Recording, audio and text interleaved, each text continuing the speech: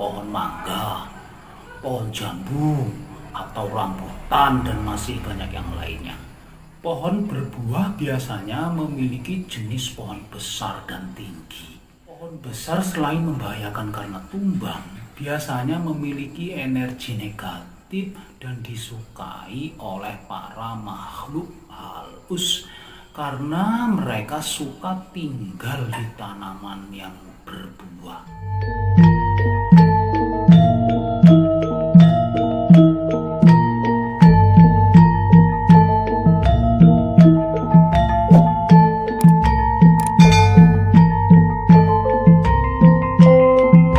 Assalamualaikum warahmatullahi wabarakatuh. Salam sejahtera bagi kita semuanya.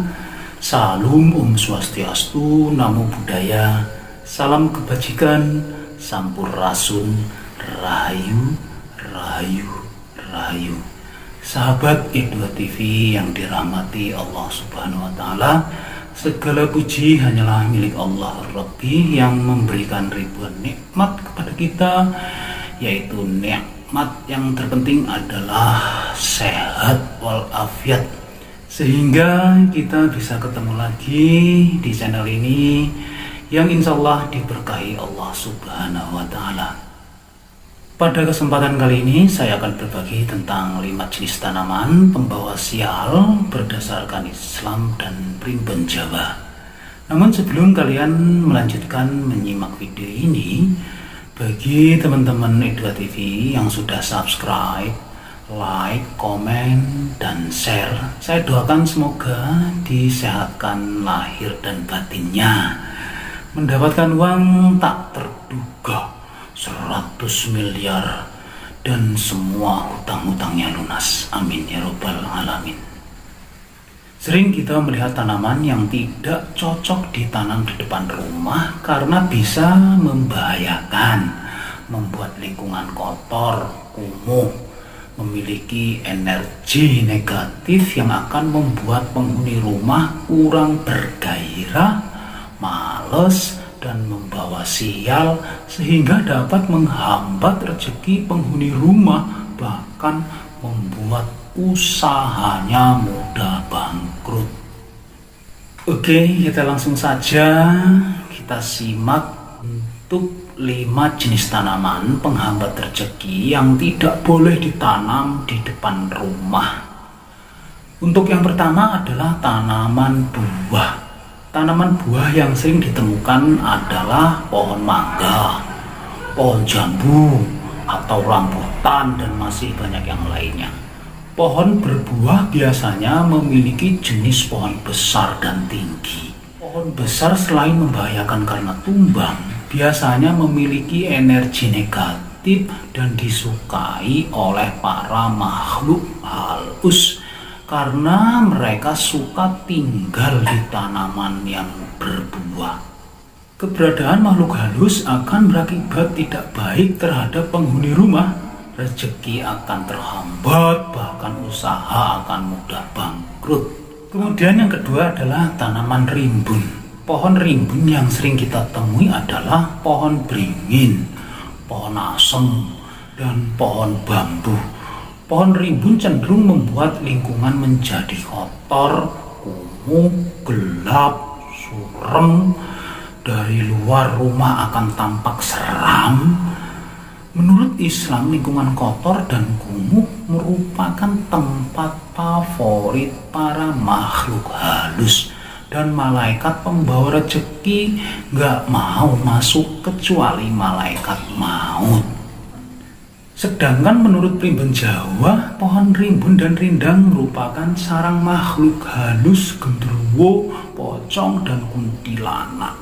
Sedangkan menurut mitologi kuno, tanaman besar dan rimbun dipercaya sebagai tempat bersemayamnya arwah jahat, serta berbagai macam sosok gaib lainnya yang siap mengganggu. Jadi tanaman rimbun sebaiknya tidak ditanam di depan rumah atau sekitaran rumah karena tanaman tersebut kurang cocok untuk di lingkungan rumah dan memberikan efek buruk pada kehidupan manusia yang berakibat bisa menghambat rezeki. rezeki, tertimpa sial, dan kebangkrutan. Untuk yang ketiga adalah tanaman getah putih. Tanaman yang memiliki getah putih juga menjadi salah satu ciri tanaman penghambat rezeki yang sering ditemukan di sekitaran rumah. Ada banyak sekali tanaman getah putih seperti pohon nangka, pohon pepaya, dan pohon singkong.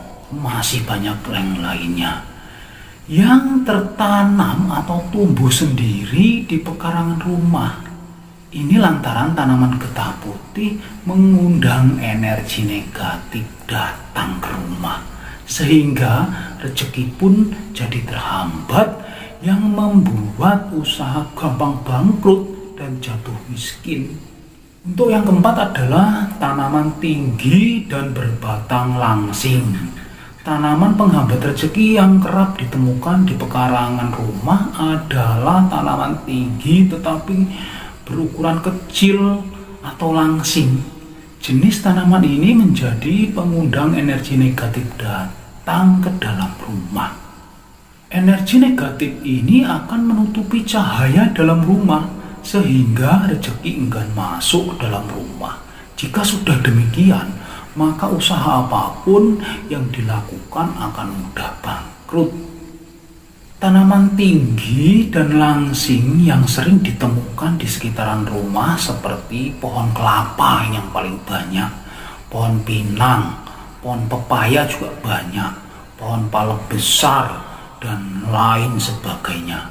Dampak buruk yang nyata dari tanaman tersebut adalah bila tanaman itu sudah tinggi dan tertiup angin, dimungkinkan sekali akan menimpa rumah kalian atau buahnya bisa menimpa penghuni yang ada di bawahnya.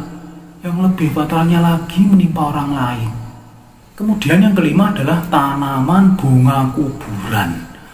Banyak orang yang menanam tumbuhan yang sering ditanam di kuburan karena memiliki penampilan yang indah. Namun tanaman ini bukanlah jenis tanaman yang untuk ditanam di sekitaran rumah, karena tanaman jenis ini identik dan berbau kematian. Seperti contohnya adalah bunga kemboja atau tanaman puring. Energi kematian yang identik pada bunga-bunga tersebut memberikan makna kehidupan menjadi lemah, karena pikiran menangkap kesan kuburan. Jadi rumahnya tertangkap seperti kuburan. Pikiran yang tidak menyenangkan bisa mempengaruhi energi buruk terhadap penghuni rumah tersebut. Nah, demikianlah tadi 5 jenis tanaman penghambat rezeki yang sering ditemukan di sekitaran rumah. Kalian boleh percaya ataupun tidak, karena kita haruslah percaya terhadap ciptaan Allah. Sedangkan keimanan dan keyakinan itu baru hanyalah kepada Allah, Sang Maha Pencipta alam semesta. Yang perlu diketahui adalah Allah memberikan rezeki itu melalui makhluk ciptaannya, dan Allah tidak pernah memberikan rezeki itu langsung gebluk datang dari langit diberikan kepada manusia itu. Jadi kita harus tetap menjaga tali silaturahmi dan menjaga keimanan kita. Jadi kita tetap harus menjaga yang namanya hablum minan nas wa hablum minallah. Wallahu a'lam bishawab. Terima kasih teman-teman semuanya sudah menyimak video ini sampai selesai. Semoga bermanfaat untuk kita semuanya, khususnya buat diri pribadi saya. Kebenaran itu datangnya hanya dari Allah Subhanahu wa Ta'ala, dan kesalahan merupakan kehilapan diri pribadi saya dalam menyampaikan informasi ini. Untuk itu, mohon maaf atas segala kehilapan dan kekeliruan. Dan jangan lupa ya teman-teman ya, sedekahkan subscribe kalian, semoga menjadi ladang amal jariah buat kalian semuanya. Sampai ketemu lagi dengan saya di video saya selanjutnya. Wallahul muwaffiq ila aqwamit thoriq. Wassalamualaikum warahmatullahi wabarakatuh.